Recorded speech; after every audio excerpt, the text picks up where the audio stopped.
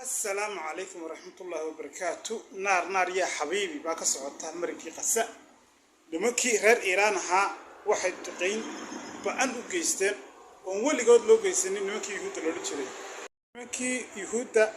ما يقول أنت كده جناين مركي قساء لما أنت تلبى بدل الله دين قط كوبي سكول ده كوبي عافماتك كوبي هي شقال حقو لما تلبى بدل السوق weerarkan culus ay Iran fulinaysaa wuxuu ka dambeeyay hogaamiyaashii reer Iran ee lagu laayay Dimashq